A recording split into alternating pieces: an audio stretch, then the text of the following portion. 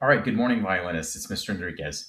Today we're going to be talking about G major. Okay, so G major is going to be in your book on page 47, and you'll see that there's two scales that you have for G major. You have number 155 and you have number 156. Number 155 is what we're going to call the upper octave G major scale because it's going to deal with the notes on the D and the A string. And then we'll call number 156 the lower octave G major scale because it's going to be dealing with the notes on the G string and the D string.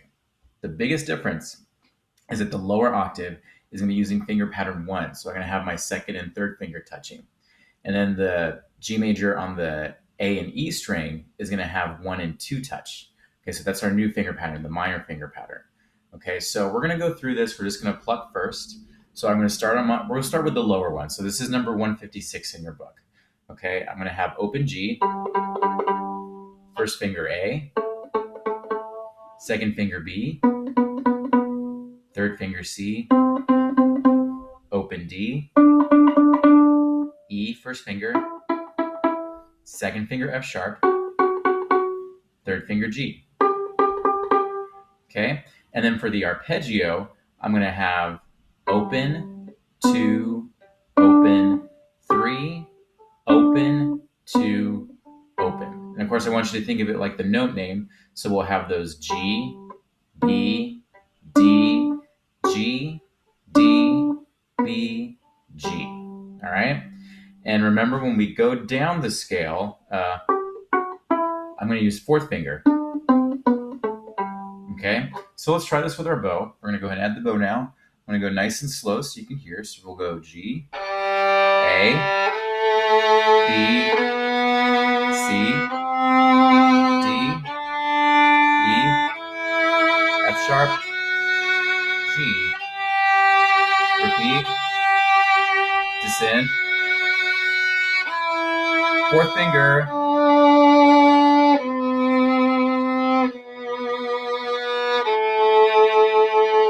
arpeggio,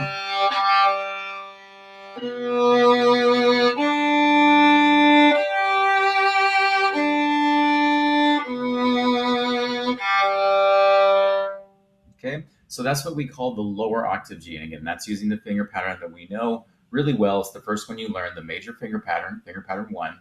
And now we're going to do number 155, which uses finger pattern 2. Okay, so I'm going to start with my third finger on the D string. That's my G. This is the first scale we've done that's not starting with an open string. Okay, so I get my third finger down on the D string for my G. So it's going to start with G, open A, first finger B, low 2, second finger C, third finger D, open E, first finger F sharp, low 2 G. Okay, now when I descend, I'm also going to do fourth finger. E, first finger F sharp, fourth finger, third, low 2, first finger, fourth finger, and then it ends with this G, third finger.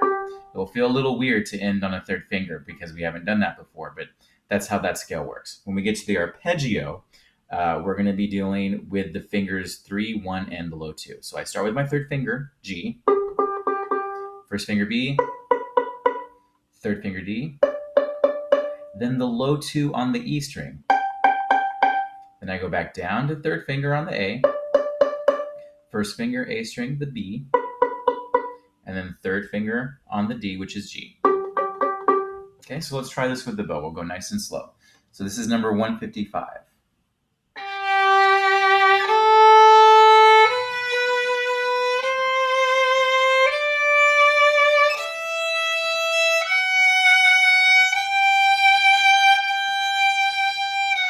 Fourth finger,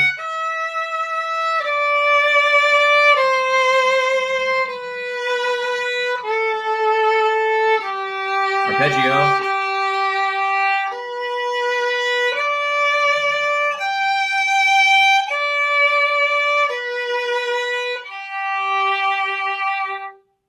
so I played those slow for you today because I want you to practice them slow so that you get a good understanding of the low and the high. That's the most difficult thing about G major, is that you're going to be using two finger patterns when you play music in G major. Obviously, in the scales, if you're just doing the upper octave, you're just doing the low two. If you're doing the lower octave, if you're doing the high two. But in the music, you're going to have to know how to use both. Okay. So good luck with practicing, and I hope you all do really well. Bye.